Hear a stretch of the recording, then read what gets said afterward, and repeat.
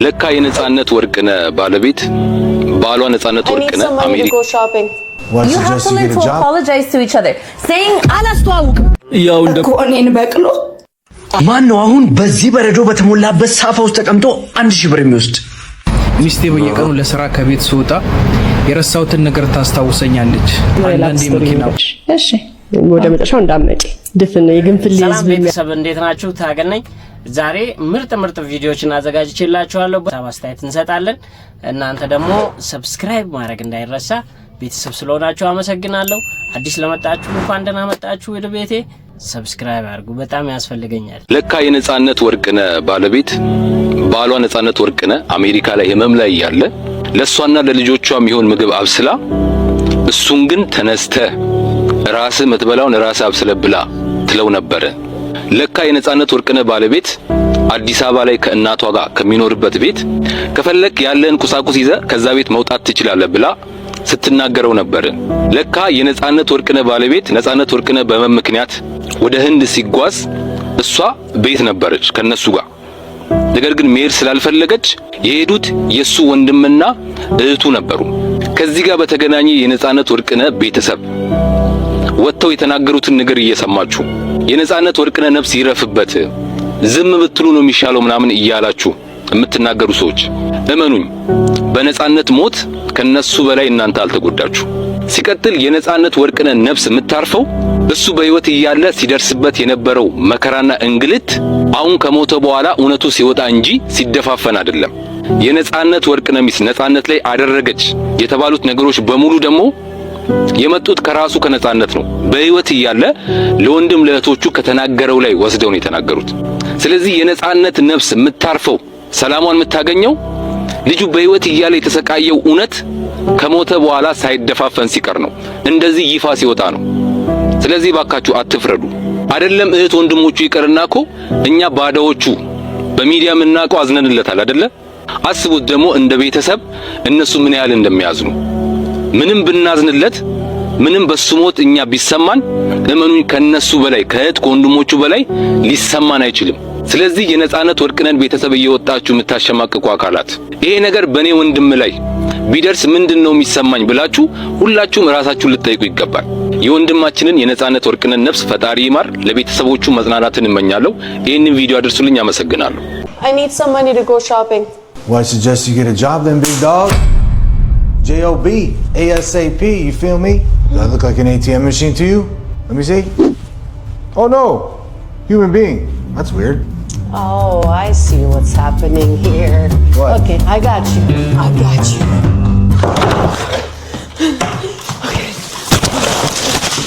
So I don't need to get a job? Your only job is a job. You have to learn to apologize to each other. Saying I'm sorry to each other is gonna help your relationship grow and get stronger. You guys only have each other, so you guys have to apologize, learn to forgive, and learn to forget. So can we say I'm sorry to each other so we can move on? I'm sorry, I love you. Was that so hard? Wait, hold on. You knew this word this whole time. What word? Sorry. Huh? We've been together for 11 years, and that's the first time I hear you say sorry. You knew that word this whole time? What word? It's in your vocabulary? What is? Sorry. You just said it right now. Say it again. Sorry. Sorry. You said it so easily. Sunny, the sun? Sorry. Yeah, you know what? Never mind. Okay, forget about it. Oh my God. Sorry.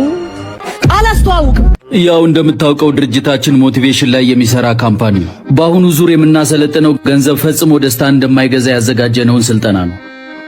በራሳችን ልጆች ማስታወቂያውን ሰርተናል።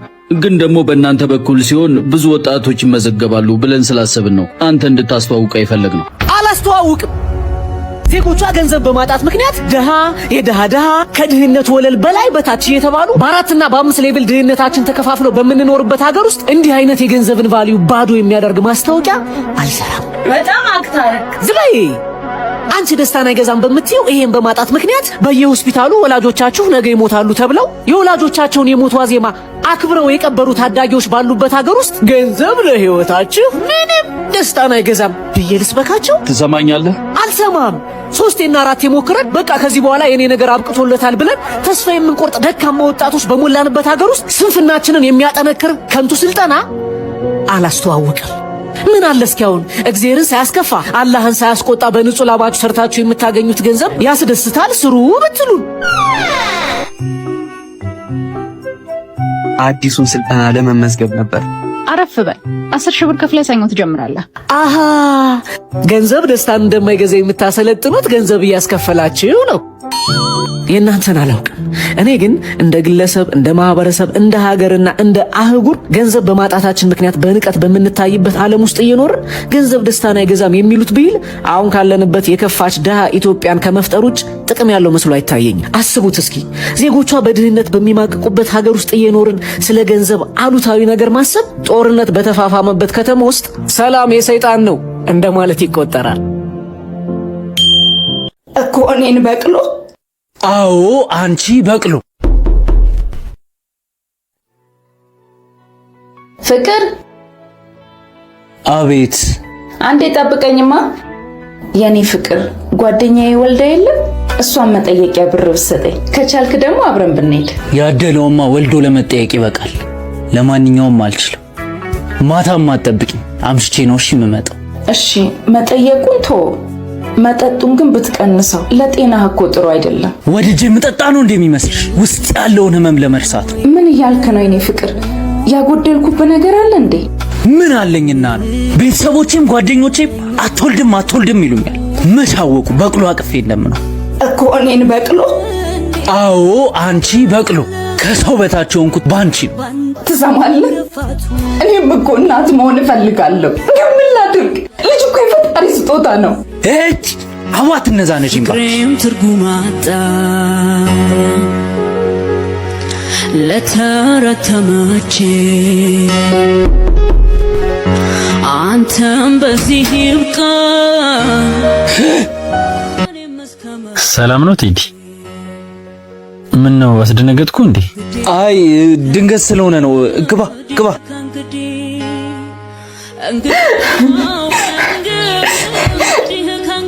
ወንድሜ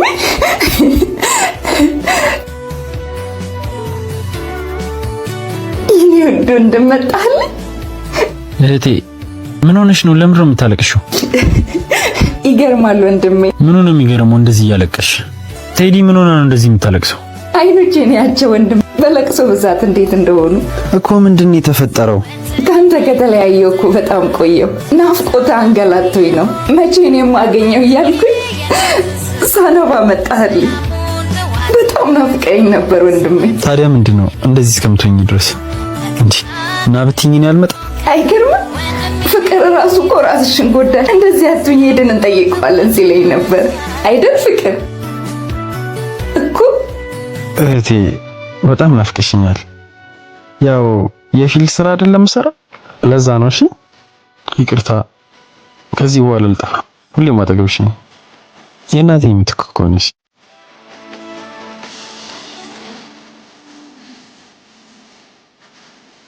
ቦሬ ያስሽው እኮ ፍቅር ቤት ገብቶ ልቅመስ እንጂ። በሉ ግቡ ግቡ ግቡ።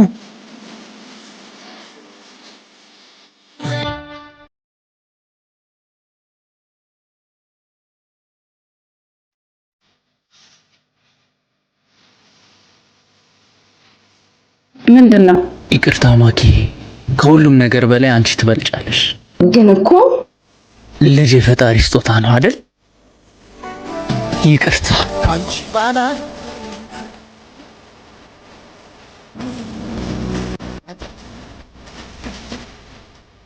እኔን ውስጥ አስገብታችሁ ትቆያላችሁ።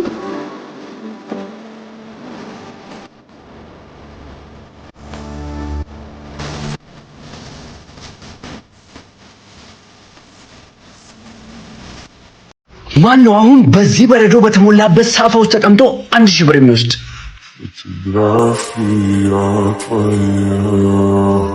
አንተ ትሞክራለህ። በተቀመጥክበት ሰዓት ልክ ገንዘቡ ይጨምራል። ልጅህ በጭራሽ እንደዚህ አያደርግም። የሚገርም ነው። ያት 1000 ብርህን ጓደኛዬ ለ1000 ብር ብለህ ለገንዘብ ብለህ ምንድን ያደረገው? የኔ ልጅ ገንዘብ እኮ ጠፊ ነገር ነው። እባክህ አሁን ደግሞ ለ1 ሰዓት መቀመጥ ከቻልክ 10,000 ብር ታገኛለህ። በሰዎች ፊት ነው ወረድከኝ።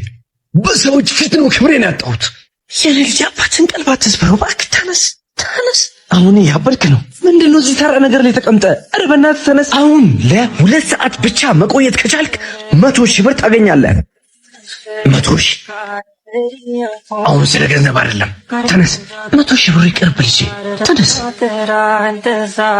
አሁን ለ3 ሰዓት ብቻ መቀመጥ ከቻልክ 500,000 ብር ታገኛለህ። እስካሁን አልተረዳሁም ነበር ልጄ። ስራህን ተመልከት። ምንም አልተሳሳትክም። በል እቺ ልብ ያለችው ናት፣ ጠጣባት። ምንም ቢፈጠር ሁልጊዜም ከጎን ነኝ ጓደኛዬ። ለ5 ሰዓታት መቀመጥ ከቻልክ 1 ሚሊዮን ብር ታገኛለህ። የኔ ልጅ አኮራኝ። ኮራሁብህ። ተመልከቱልኝ ብቻ የኔን ጀግና ልጅ፣ የኔ ምርጡ ጓደኛ።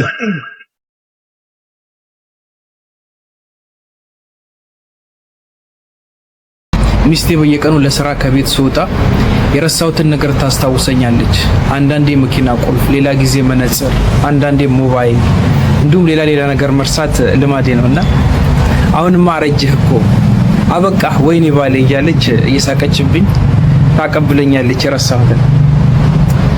እና ተረባዋን ለማስቆም የሆነ ዘዴ ዘየድኩኝ። የምረሳቸውን ነገር በወረቀት ላይ መዝግቤ ያዝኩ። ከዛ የሆነ ቀን ጠዋት ከመውጣቴ በፊት ወረቀቴን አውጥቼ ሁሉንም መያዜን አረጋገጥኩኝ። ከዚያም በድል አድራጊነት ስሜት መኪናዬ ውስጥ ገብቼ ሞተር አስነስቼ ግቢ ለቅቄ ወጣሁኝ። ትንሽ እንደነዳሁ ደወለች ባለቤቴ። ክው አልኩ። ዛሬ ደግሞ ምረሳው ብዬ ሄሎ አልኳት። ዛሬ ደግሞ የት እየሄድክ ነው አለች። ስራ ነው አልኳት። እሁድ እኮ ነው። የምን ስራ? ትንሽ ቆም ብዬ ፈገግ አልኩ። ከዛ ወደ ቤት ተመለስኩ።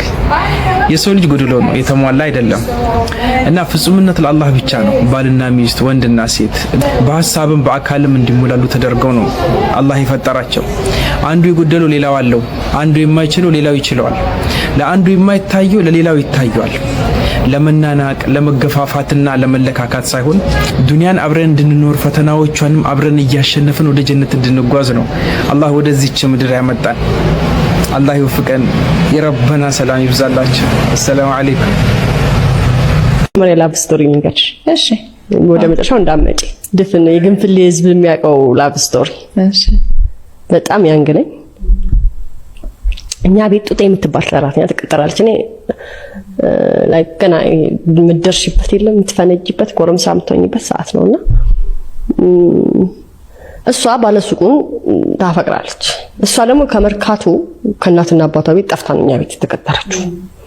ሶ ሺዝ የመርካቶ ልጅ ምንም የምታውቅ ማለት ነው። ሶ እኔ ምንድነኝ ደብዳቤ አመላላሽ ሆንኩ። ሱቅ ባለሱቁን ወዳ ሶ በጣም በቃ ያንግ ነኝ እኔ ራሴ።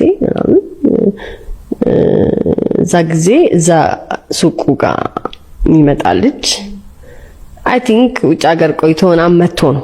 በዛ ጊዜ በጣም ወራሩሽ ከ20 ዓመት በፊት የሆነ ታሪክ ነው ማውራሽ። ፈርስት ሳይቲንግ ስለጠይቅሽ እሱ ላይክ ትንሽ እኔን በለጥ ይለኛል። ሶ እኔ ወይና ወዝ እንደዚህ ስል ውጭ ሀገር ሳይሄድ በፊት ሚሾ ሚስቴ ምናምን ይለኝ ነበረ። ሶ አሁን ደግሞ ሉክ ጉድ ምናምን ላይክ አይ ዶንት ኖ ብቻ አረብ ሀገር ይሁን ምናምን ብቻ ቆይቶ ተቀይሮ ነው የሚመጣው።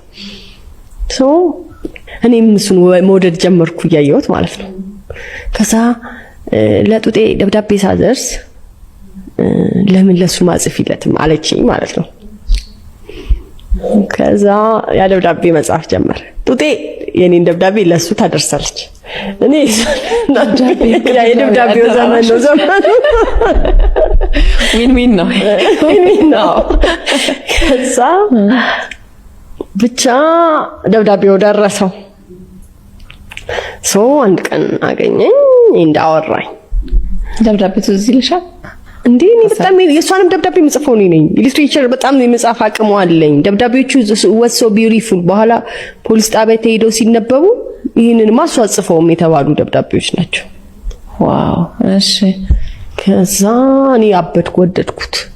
እሱ ደግሞ ፈራ ኢኔ ሴንስ ላይክ ፋሚሊው የኛ ፋሚሊ ሰፈር ውስጥ ሌጀንድ ነው። ላይክ ምንድነው የርስትም ሰፈር ነው። ከዚህ ጋር አጎቶቼ ከዚህ ጋር አክስቶቼ ይሄ አካባቢው እንደ ድሮ ያያቶቻችን ርስት ቦታ ነውና ፋሚሊው ትልቅ ሰፈር ውስጥ እንዲ የምትነካት ልጅ አይደለች። ብቻሽን አትታይም ብቻ ማለት እሱም ደግሞ እኔን ከነካ የሚደርስበትን ያውቃል። ጎረምሳም አለው ምናምን ብቻ ነው በቃ ፍቅር ያዘኝ። አበድኩ በቃ ፍቅር ያዘኝ ስልሽ አንድ ሁለት አይደለም የያዘኝ ፍቅር እሞታለሁ አልኩ። እሱን ካላገኝ ሶ ሄዳለሁ። የሆነች ኮረኮንች የለም በየሰፈራ ሰፈሩ እንቆማለን። ምን እንደምናወራው አምጥቂኝ አላውቅም። እሱ ራሱ ይሄን ሲዛባ የሚስቅ ይመስለኛል። ኤኒዌይ እኔ አበድኩ። ከዛ ሰፈር ውስጥ ብቻ ወሬው ታታታታ አለና ቤት ተሰማ። ይሹ እየቆመች ነው ተብሎ ሰፈር ውስጥ ታላላቆች እህቶቼ አበዱ ማለት አስዩ። ነውር አይደለም በቃ ህይወት ሊበላሽ ነው ሰፈር ውስጥ ምናምን ቢያንስ ምስካይዙና የምትማሪ ልጅና አይሆንም አይደል። በጣም በቃ ዋር ተነሳ። ተመከርኩ። በዚህ ጋር ተደፍኗል። ማን ነው እንደዚህ አልሰማችሁ? እንደዚህ ተደፈነ ጀርስ ህይወት እንደዚህ ነው። በዚህ ጋር ብታረቂ አንቺ ገና ልጅ ነሽ እንዴት እንደዚህ ታረጋለሽ? ከዛ ሄድኩና እንጥፋ አልኩት ማለት ነው። የት ነው የምንጠፋው አለ። እንጥፋ እኔ እንጀራ ጋገሬ አንተ እንጨት ፈልጠን እንኖራለን። ቃሉ ራሱ ይሄ ነው። ብቻ ከዚህ ሀገር ይዘኝ እንጥፋ።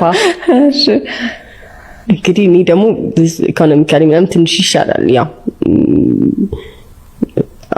በኋላ መጥቶ ካለ እኔ እኮ ነው የሚሻለው ይላል። አንቺ የእንጀራ ጥርዝ የሚቆጥርሽ ልጅ ይዘኝ ጥፋ ብለሽ እኔ ቤት ውስጥ እንጀራ የሌለ ሰው ምን ፈርቼ ነው አልጠፋም ያልኩት ያኔ። ኤኒዌይ አልጠፋም አለኝ ማለት ነው። ከዛስ እጄ ተይዞ ሃይስኩል እኮ ነው ትምህርት ቤት የምታደርሰኝ እቴነች። ከትምህርት ቤት ስወጣ የምታደርሰኝ እቴነች። ቤት ውስጥ ጠባቂ ተቀመጠልኝ። ሳላየው አንድ ሳምንት ሆነ።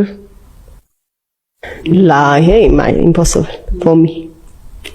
ከዛ እህቴ በጣም ንግድ ቤት ውስጥ በጣም ገንዘብ አለ፣ ንግድ አለ ምናምን ብቻ ቤት ውስጥ money is everywhere like so next day ሄድኩና ከብዙ ብሮች ውስጥ ማረሰው ብዙ ብርሽ እንደዚህ ብዙ ብሮች ውስጥ 200 ብር